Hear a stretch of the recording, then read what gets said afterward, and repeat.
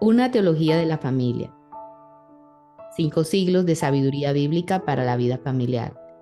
Esta es una publicación de Chapel Library en colaboración con Publicaciones Aquila y el Centro Nacional para la Integración de las Familias e Iglesias. Ha sido editada por Jeff Pollard y Scotty Brown. Hemos estado leyendo el capítulo 3, Feminidad Virtuosa. Hoy continuamos con las páginas 141 a 142. La obra de Cristo y la mujer soltera, por W.K. Tweedy. Uno de los capítulos más peculiares de la Biblia es el último de la carta a los Romanos, el profundo entendimiento que proporciona de la vida cristiana primitiva, la luz que arroja, al menos respecto a las esperanzas sobre las escenas familiares de los primeros cristianos, la profundidad de afecto que demuestra, la unidad de objetivo, de acción y de espíritu que manifiesta, así como la prominencia que le atribuye a la actividad de la mujer y a su celo. Todo esto se combina para hacer de esta porción de las Escrituras una de las escenas más hermosas, donde todo es inocente y agradable. Quien quiera entender el espíritu de la vida apostólica debería estudiarlo con frecuencia y con cuidado. Como digo, destaca el esfuerzo de las mujeres por Cristo, y como hay muchas casas en las que viven mujeres solteras que se dedican a su causa, sería bueno dedicar un momento a echar una mirada a esas moradas. Podrían ser centros de influencia positiva como solo puede producir la fe en Jesús. Y no exageramos si decimos que de estos hogares donde habita el espíritu de sabiduría, emana gran parte de aquello que puede calmar las aflicciones del hombre, restaurar la felicidad a los desdichados y fomentar la gloria de Cristo sobre la tierra. Las mujeres solteras suelen tener una misión de misericordia que no se les encomienda a las que tienen que sobrellevar las preocupaciones de un hogar del que ocuparse o deberes domésticos que desempeñan. Puede ser en su propia casa o entre los parientes, en los hogares de los pobres o enfermos, o ayudando a madres en sus quehaceres, quizás proporcionando ropa para la prisión y orando por ellos, o junto al lecho de un moribundo para señalarle la vida eterna. Donde quiera que sea, en todas las diversas escenas de aflicción o duro esfuerzo, si el Espíritu de Dios es el maestro de la mujer no casada, ella tiene a su disposición unos medios y un poder de hacer el bien como Dios no le ha confiado a ninguna otra clase de persona. Esto tampoco es de sorprender. Cuando son enseñadas por el Espíritu, las solteras pueden cultivar sin prisas las gracias de la vida divina, pueden entregarse con calma y sin ser distraídas por preocupaciones a realizar la obra de Dios. De ahí que probablemente no haya ministro alguno que sea celoso en su vigilancia de las almas, que no confiese la gran deuda que tiene por esta clase de ayuda. Ellas se alzan por gracia por encima de todo lo que se estima tedioso o aislante en su posición solitaria. Con frecuencia aprenden a gastar y a gastarse en la obra de hacer el bien. Febe, sierva de la iglesia, Romanos 16:1, que había ayudado a la iglesia y a Pablo, Romanos 16:2. María, la cual había trabajado mucho con los apóstoles, Romanos 16:6. Trifena y Trifosa, con otras que quedarán en la memoria eterna, tienen todavía a sus hermanas y sucesoras en las iglesias. Romanos 16:12. Si alguna vez las ha invadido un sentimiento de soledad o aislamiento, creemos que lo disipan o tal vez incluso lo convierten en alegría con una dedicación más intensa al servicio de la gloria de nuestro Señor. Él está con nosotros siempre. Por tanto, no tiene por qué haber soledad, al menos los solitarios están protegidos y vigilados como lo estaba el profeta con sus carros y sus jinetes de fuego. Segunda de Reyes 6:17. Así, estando a salvo, la comunión con Dios se convierte en el secreto de su felicidad y de sus esfuerzos a la vez.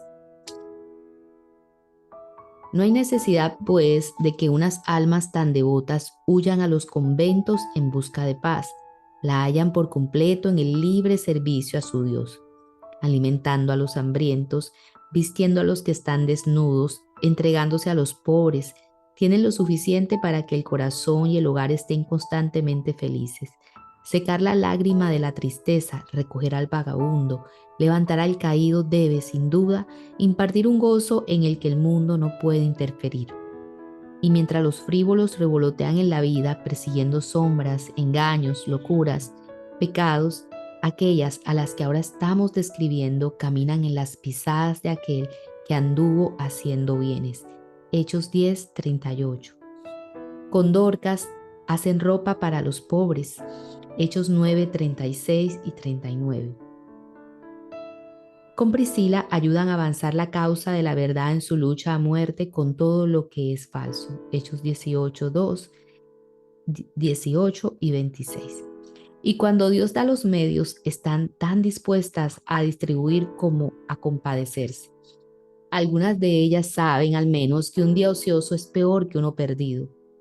Nos lo volveremos a encontrar en el juicio, donde se nos preguntará por qué lo perdimos. Y bajo esa convicción hacen el bien. Quizás lo hagan con sigilo, pero lo llevan a cabo con resolución. Temerosas de la fama, poco dispuestas a que se les reconozca, se encogen ante la atención pública, aunque son incansables en su obra de fe.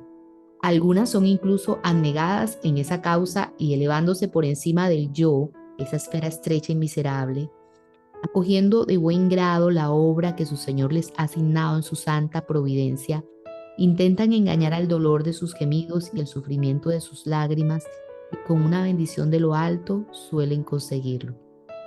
En una palabra, buscamos en vano siervas que sean más devotas de Cristo que con frecuencia las que podemos encontrar en los hogares de las mujeres que no se han casado.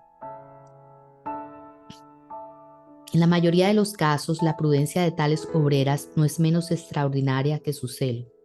Sin lugar a dudas, existen mujeres necias que se entregan a la mera emoción y la consideran como un principio, que tienen tan poca sabiduría a la hora de compartir con los demás que sus dones se convierten en recompensas por el engaño, la ociosidad o el vicio. También hay algunas cuya caridad sabe a insulto o cuya compasión es como el humo en los ojos o la sal en una herida. Las hay tan generosas, pero tan poco sabias como para fomentar los males mismos que intentan curar. Sin embargo, en otros casos, la destreza en detectar la farsa, la firmeza en resistirse a ella, junto con la ternura a la hora de ayudar, son cosas que se adquieren con la experiencia y les prestan un peso moral a todas las demás acciones. A la familia que se hunde silenciosamente en la necesidad, la ayuda con una delicadeza que protege cualquier sentimiento. A la dama en decadencia la trata como una compañera y amiga cuando procura aliviarla. A la pálida madre moribunda la ayuda de un modo tan femenino y amable que no añade patetismo al inminente dolor de la separación.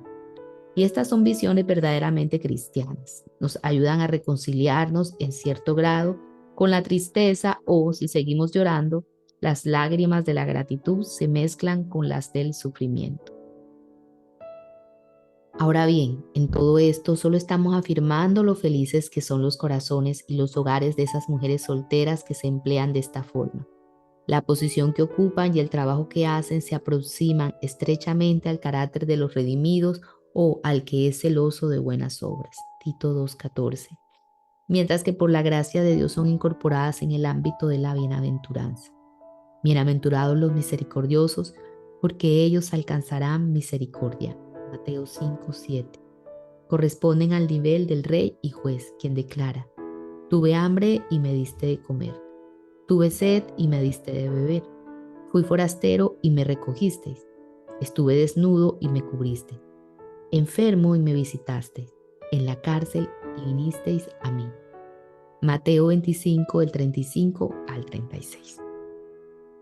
Este sermón ha sido tomado del Hogar de los Solteros, en El Hogar, un libro religioso para la familia.